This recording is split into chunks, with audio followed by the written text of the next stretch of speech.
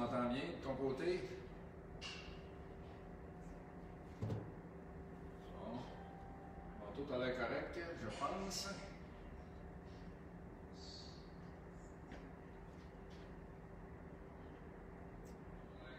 Plus que quelques secondes. Quelques minutes peut-être, et il reste plus grand temps. On est proche de 3 heures.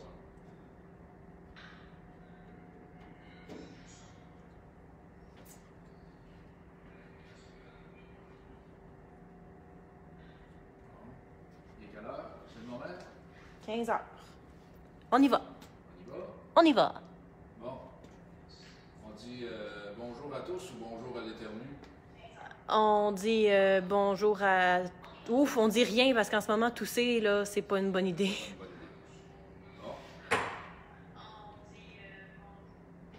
Je pense qu'on a un petit problème là. Merci. Bon, le sujet aujourd'hui, c'est les alternateurs et les générateurs. Les deux articles que je viens de nommer sont là dans le véhicule pour charger la batterie et fournir le courant nécessaire aux accessoires. C'est sûr qu'au début, jusqu'au milieu des années 30, même peut-être jusqu'au début des années 40, il n'y avait pas beaucoup d'accessoires dans un véhicule. Alors, c'était pas vraiment compliqué de charger la batterie puisque le générateur n'avait qu'à se concentrer principalement sur elle. La batterie, elle, de son côté, tout ce qu'elle avait à faire, c'est l'allumage dans le jour, puis le soir, quand il y avait les lampes, mais il n'y avait rien d'autre, il n'y avait pas d'autre chose à s'occuper. Mais avec les accessoires qui se sont accumulés avec le temps, ce qu'on s'est rendu compte comme problème, en fait, c'est que la batterie se déchargeait relativement facilement parce que les batteries n'étaient pas les batteries, mais les générateurs étaient juste on-off, n'étaient pas régulés par un régulateur de voltage. Le régulateur de voltage permettait de fournir du courant aux accessoires en même temps de charger la batterie. Mais au début, les générateurs, on en a eu à 15 ampères, 20 ampères, ce qui n'est vraiment pas beaucoup. Ce qu'on faisait à l'époque, c'est qu'aussitôt que la machine se mettait en route, il y avait un interrupteur de façon automatique qui mettait le générateur à on, mais étant donné qu'il y avait peu d'ampérage disponible ou de capacité d'ampérage, ce qu'il faisait, simplement, c'est qu'il chargeait la batterie. Et puis, peu importe son état de charge à la batterie, elle se faisait toujours charger de gré ou de force. Là, le problème aussi que ça a occasionné, c'est qu'il y a beaucoup de batteries qui ne duraient pas tellement longtemps parce qu'elles étaient chargées au-delà de leurs besoins ou de leur capacité, il y avait de la surchauffe, etc. Là, les ingénieurs se sont mis à régler ce problème avec un régulateur de voltage. Ça a connu un succès immédiat. Et puis, ça a permis, avec la technologie qui s'améliorait, ça a permis d'améliorer aussi la capacité des générateurs. Vers la fin des années, vers le milieu, je veux dire, des années 50, on était déjà rendu avec un générateur 6 volts jusqu'à 45 ampères de capacité, ce qui est vraiment très, très gros par rapport au fait que c'est un générateur, parce qu'on va comprendre un petit peu plus tard que le générateur n'est pas vraiment équipé physiquement pour pousser beaucoup d'ampérage. Ils ont étiré au maximum ce qu'ils pouvaient en étirer de sa capacité de charge. Évidemment, les générateurs avec le temps sont disparus au milieu des années 60 ou le premier tiers des années 60, les alternateurs sont arrivés. On verra pourquoi les alternateurs ont gagné du terrain, puis les générateurs, pourquoi ils ont disparu. Mais il ne faut pas penser, parce que le générateur a disparu, que c'est un mauvais produit.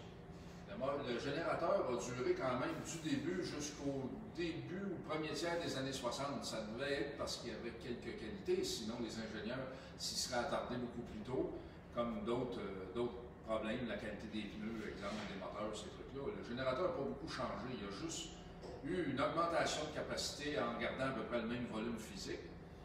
Mais surtout, ce qui a changé, ça a été le régulateur, l'ajout du régulateur de voltage, parce qu'avant, c'était juste un interrupteur on-off.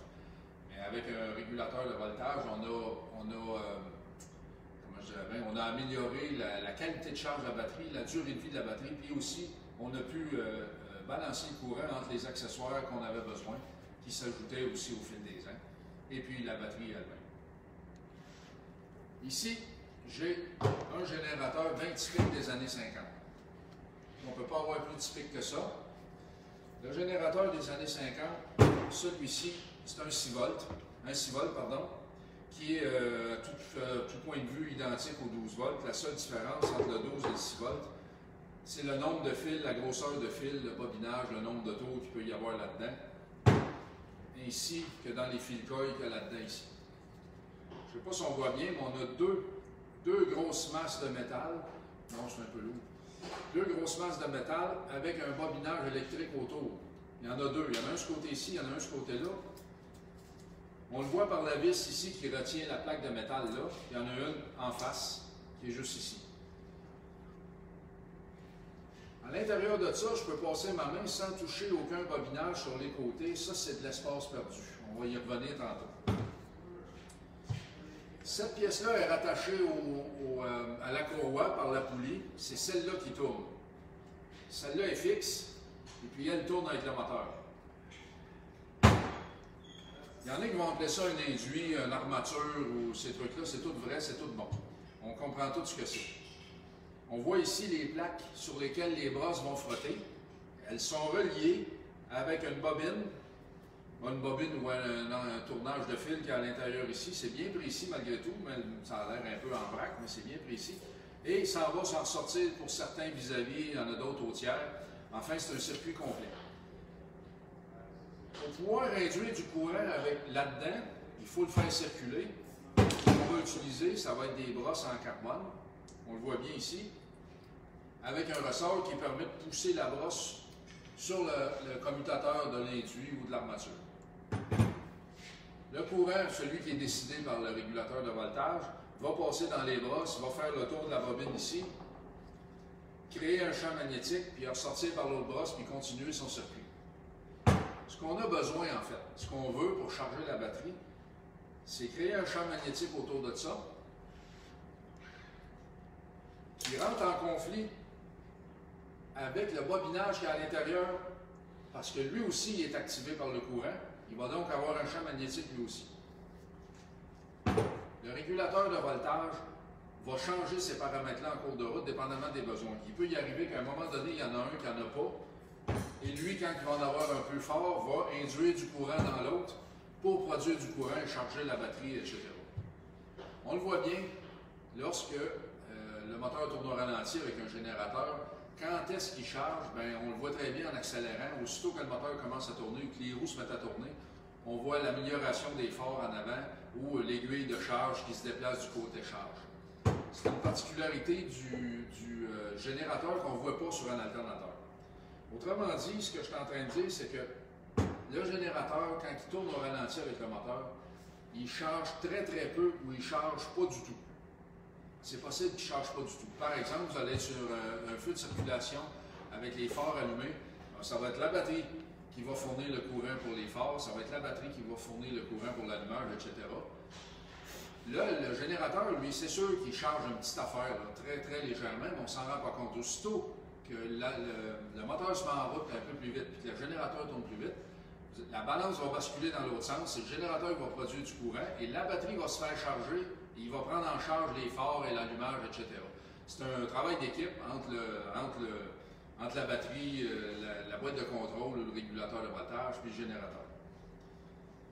Les défauts du générateur, malgré que tout le monde vomisse là-dessus, ceux qui modifient les véhicules, c'est ça ne charge pas au ralenti, et c'est son faible taux d'ampérage général pour le véhicule. Comme j'expliquais, le 6 volts, le maximum, c'est 45 ampères.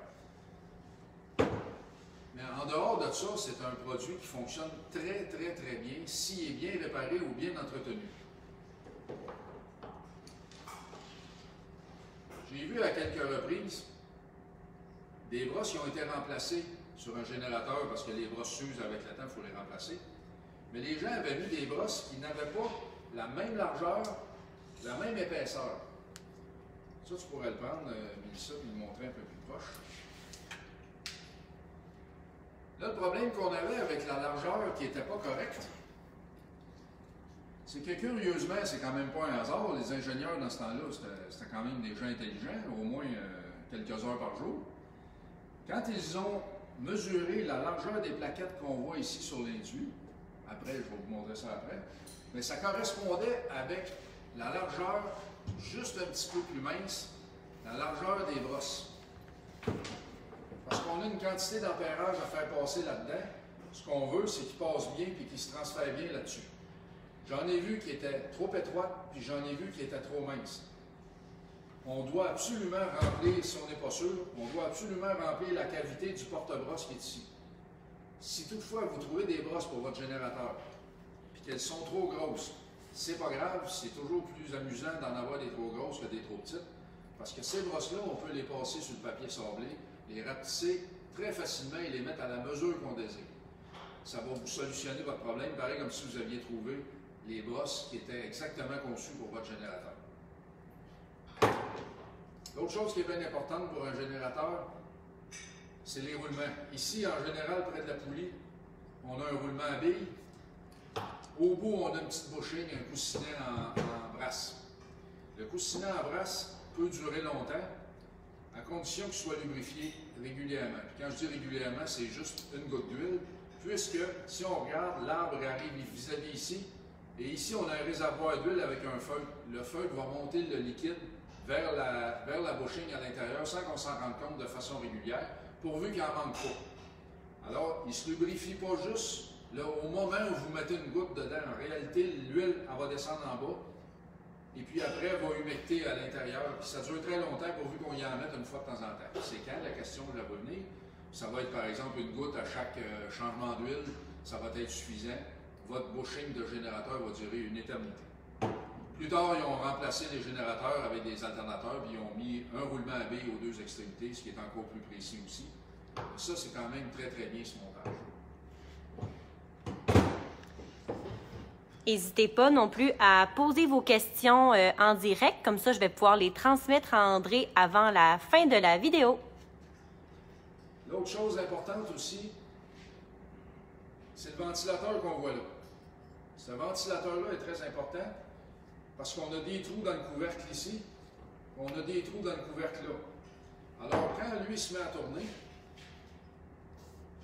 il va aspirer l'air par en arrière puis l'emmener en avant, la faire sortir par les ailettes.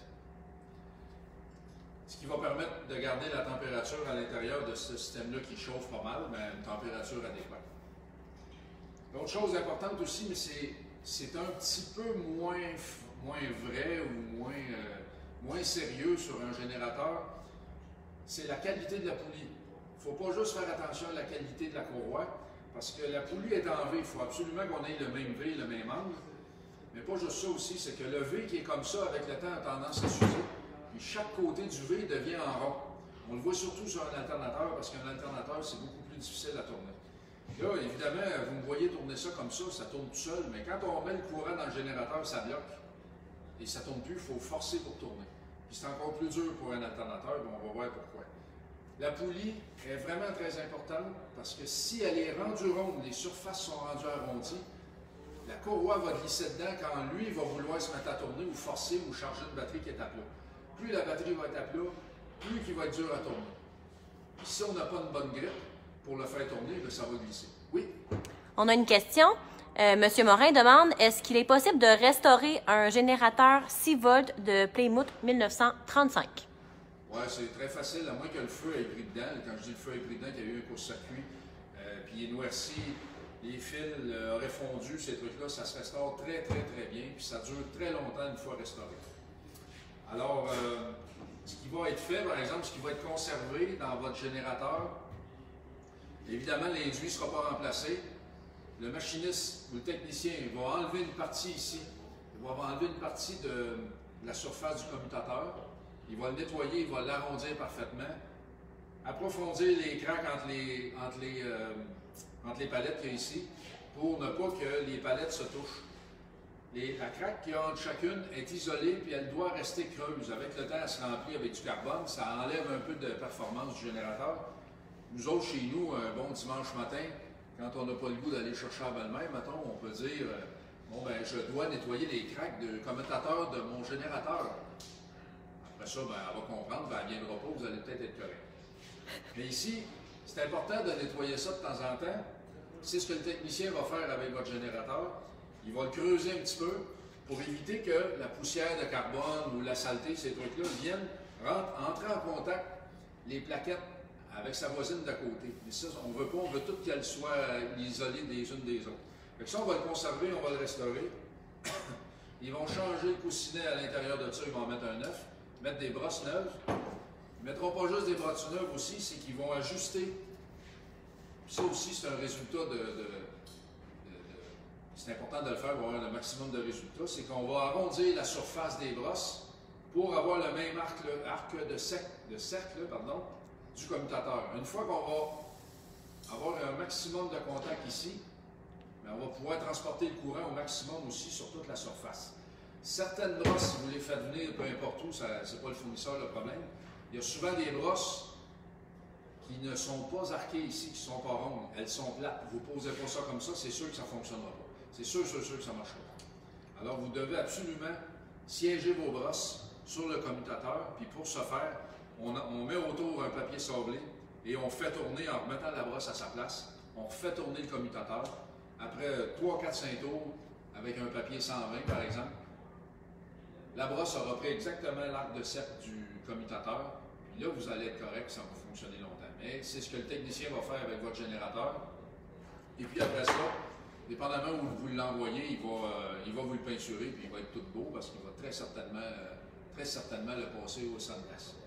Par contre, votre générateur, s'il a cuit, surchauffé, court-circuité, peu importe, puis que l'intérieur des fils de coille, par exemple ici, où l'induit a surchauffé, ça ne se répare pas, à moins d'un cas particulier. Il faudra en trouver d'autres, mais là, ça se trouve aussi. Il y a encore sur le marché des fils de colle disponibles ou des induits neufs qui n'ont jamais été utilisés. Pour répondre à votre question, oui, c'est bien possible de le réparer correctement. Y a-t-il d'autres questions? Non, tout va bien. On va passer à l'alternateur maintenant. L'alternateur a le même but que le générateur. C'est exactement la même chose, c'est-à-dire prendre en charge l'état de la charge de la batterie et prendre en charge aussi tous les accessoires. Le générateur 12 volts qui est arrivé à peu près vers 1955 a disparu environ 10 ans plus tard pour être remplacé par l'alternateur. Mais l'alternateur est devenu très populaire parce que les véhicules en même temps accumulaient les accessoires électriques de plus en plus, c'est-à-dire sièges électriques, vitres électriques, etc. Là, vous allez me dire, je vous entends déjà dire, il y en avait des vitres électriques en 1951 quand il y avait des générateurs, c'est vrai, mais ça marchait à l'huile avec des cylindres dans les portes, avec seulement qu'un moteur qui dirigeait l'huile un peu partout selon l'ouverture d'une certaine valve. C'était plutôt compliqué. Quand ils ont mis les moteurs dans les portes, dans chacune des portes, bien, on multipliait la quantité de fils, on multipliait les moteurs. On pouvait même, à la limite, ce qu'on ne pouvait pas faire avant, c'est ouvrir les 4 vitres en même temps, ce qu'à l'époque, on ne pouvait pas facilement faire, ou pas du tout. Alors, il est arrivé un paquet d'accessoires électriques. Je pense aussi aux essuie-glaces. Les essuie-glaces sont arrivés en 12 volts électriques, ont été longtemps au vacuum, donc ça ne surchargeait pas le circuit électrique. L'alternateur est arrivé. Tantôt, je vous ai montré, dans le générateur, je pouvais passer ma main parce qu'il n'y avait rien du tout. Il y avait de l'espace libre entre les deux pôles des fils de colle qu'il y a là. C'est un problème pour être capable d'avoir une capacité maximale avec un générateur, c'est l'espace libre qui ne sert à rien en fait. Dans un alternateur, en général, on vient à bout de sortir de l'ampérage beaucoup plus imposant avec un modèle physique beaucoup plus petit. Si on prend le boîtier de cet alternateur-là, si je compare avec le générateur qu'il y a ici, le poids c'est à peu près 4 fois plus lourd que ça. Puis on voit la longueur. Lui, c'est un modèle à 35 ampères. Cet alternateur-là, c'est un modèle à 75 ampères. Puis il se fait des alternateurs aujourd'hui facilement à 145 ampères. Il n'y a pas de problème avec ça. Ces ampères-là, en supplément, ont un coût, c'est-à-dire la construction doit être différente. La motricité de l'armature, parce que ça, cette pièce-là, c'est exactement la même que celle-là dans un générateur. Faire tourner ça est beaucoup plus dur, puis il faut être sûr que ça tourne bien pour que l'alternateur fonctionne bien. Si vous regardez dans celui-là, qui je vous dis c'est la même pièce que celui-là dans le générateur, vous allez voir que le bobinage ici, je ne pourrais pas me passer la main nulle part. Tu peux l'emmener, s'il te plaît. Je ne peux pas me passer la main nulle part. Il n'y a aucun espace libre. Vous voyez le bobinage, il est partout. Au lieu d'avoir deux grosses masses solides de métal qui se font face, on en a un paquet de plus petites qui font tout le tour, le 360 degrés, de l'alternateur. Ça, c'est un branchement en delta, en fait. Pour ceux qui connaissent l'électricité un peu, la façon dont c'est branché, c'est en delta, ce qui permet d'avoir ni plus ni moins que 3 sets de bobines dans ça. Plutôt que dans ça, qu'il y en a juste un, en fait, il y en a deux physiquement, mais c'est en série. C'est comme si on avait une bobine, mais on la sépare en deux pour les mettre une face à l'autre. Lui, on en a trois. Et au lieu de couvrir juste une partie de la circonférence intérieure, on la couvre en entier. Puis les trois bobinages sont un par-dessus l'autre. Ça rend l'alternateur beaucoup plus intéressant que le générateur, quoique je les aime bien pareil, mais pour un véhicule qui a beaucoup d'accessoires. Ça ne vaut pas la peine de changer votre alternateur, votre générateur pour un alternateur si votre véhicule est d'origine. Si votre véhicule est d'origine des années 50, 40, des années 30, mais jusqu'à temps que ça ait été éliminé jusqu'au début des années 60, si votre véhicule est toujours comme ça, puis qu'il est toujours d'origine, ça ne vaut pas la peine de changer ça. Parce que soit qu'il a été mal réparé si ça ne fonctionne pas bien, ou mal entretenu, ou vous n'avez pas les bonnes pièces. Il arrive souvent aussi que les véhicules n'ont pas les bons numéros de générateur ou les bonnes boîtes de contrôle. C'est certain que ça ne fonctionne pas bien dans ce temps-là. Par contre, si vous utilisez ça, au ralenti, c'est comme si vous aviez trois générateurs superposés dans le même boîtier. Lui, il fonctionne au ralenti. Si, par exemple, vous avez besoin de 45 ampères pour faire fonctionner votre véhicule, c'est-à-dire allumage, éclairage, essuie-glace et machin, puis vous arrivez sur un feu de circulation, oui, il va baisser un peu. Il va peut-être passer de 45 à 28, par exemple, mais il va continuer de travailler pareil. Ça, c'est la grosse différence avec le générateur. L'autre différence aussi, qui est quand même notable, mais ça ne change rien si votre véhicule est toujours d'origine, c'est que lui peut pousser beaucoup plus d'ampérage pour charger plus rapidement une batterie ou éviter de la décharger quand vous avez beaucoup d'accessoires qui sont allumés en même temps. Là, je parlais des chauffages, des essuie-glaces, machin, qu'on a beaucoup moins dans un véhicule des années 50 et moins, qui a à peu près juste les phares, l'allumage et 2-3 autres types de bricoles. La même chose pour lui. Vous avez le commutateur ici. Mais le commutateur, si vous remarquez, Mélissa va le prendre, elle va vous l'approcher, vous allez remarquer qu'il n'y a pas de palette. Vous avez juste deux bagues. Ça, c'est une grosse différence aussi. Ça veut dire que là-dedans, on a juste un bobinage. Mais on a plusieurs pôles qui font le tour. C'est un peu l'inverse de notre produit ici. Ici, on a plusieurs bobinages indépendants, tandis que lui, on en a juste un. C'est pas léger, ça? Non, c'est pas léger. On a notre ventilateur, la même chose que le générateur, ça ne change pas. Le but est le même, c'est-à-dire de faire passer l'air à travers. Lui, il a l'air d'être plus serré au niveau ventilation, mais en réalité, ce qu'ils veulent, c'est qu'il y ait beaucoup d'air qui circule. Par exemple, ici, je vais expliquer pourquoi, puis un petit peu moins en bas.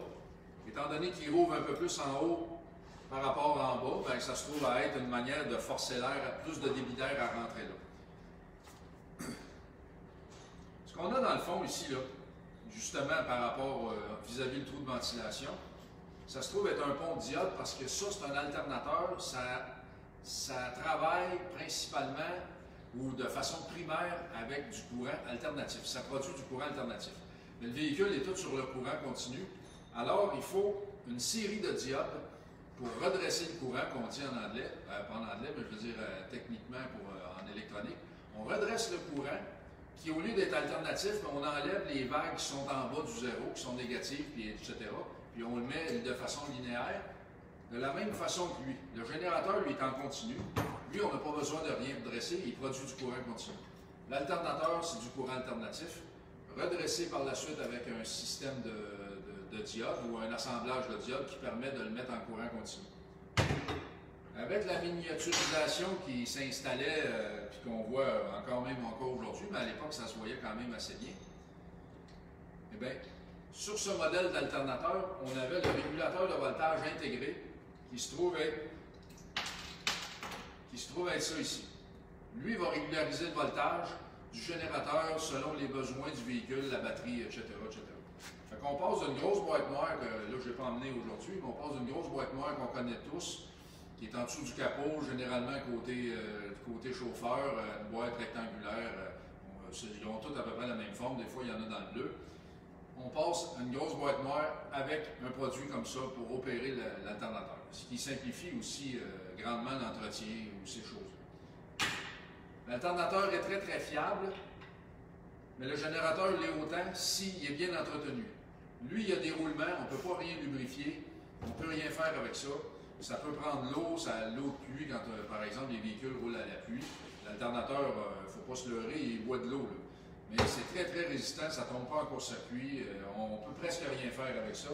Mais lui est encore plus important de vérifier l'état de sa poulie. Si les parois du V de la poulie ne sont pas droites, il faut remplacer la poulie parce qu'il y a des grosses chances que la poulie glisse et qu'on ne l'entende pas. De très fortes chances qu'on ne l'entende pas. Une bonne manière de vérifier si ça c'est bon, il y a deux méthodes. Il y en a une qui est un petit peu cowboy, c'est-à-dire qu'on part le véhicule, on allume les phares, on allume les essuie-glaces, on le fait tourner 1 minute environ, et puis après ça on l'éteint et on vient se mettre la main là-dessus. Si vous brûlez la main ou ça vient très très chaud très rapidement, ça veut dire que la courroie glisse sur la poulie. La poulie ne tourne pas assez vite ou ne tourne pas à même vitesse que la courroie. L'autre test, c'est de prendre un multimètre, vérifier le voltage de la batterie, mettre le véhicule en route, puis d'allumer les accessoires. Vous allez voir que le voltage va avoir tendance à baisser ou à ne pas monter. Parce qu'un alternateur, on cherche un voltage d'à peu près, il y en avait, mais c'est encore moins vrai, c'est de plus en plus rare, mais il y avait du 13 volts et demi, ça c'était minimum, mais par la suite, ce qui est pas mal standard, c'est 14, 14 et demi. Si vous n'obtenez pas votre 14 volts et demi quand vous allumez vos accessoires, et vous restez dans le 12 et quart, peu importe, là, vous n'arrivez pas à 14, 14 et demi, il y a de fortes chances que la courroie glisse dans la poulie. Elle ne peut pas tourner au maximum. Je vous le dis, quand vous mettez le courant là-dessus, à la main, c'est très difficile à tourner. Pourtant, je vous ai démontré tantôt avec le générateur que si on le tourne comme ça sur l'établi, il tourne très bien. L'alternateur tournerait de la même façon aussi. Mais avec du courant, ça bloque. C'est très, très difficile à tourner. C'est pour ça que la poulie est très, très, très importante. Alors voilà, s'il y a d'autres questions, Mélissa, sinon on va terminer là-dessus. Il n'y a pas de questions pour l'instant. Peut-être que tu peux raconter une blague en attendant que les questions se composent, si jamais. Des blagues, j'en ai jamais, c'est plate. J'ai rien, j'ai pas de blague, je suis pas drôle, jamais je fais quelque chose. On peut parler de labrador, par exemple, un beau labrador. J'en ai pas bien vu dernièrement des beaux labradors que j'ai vus.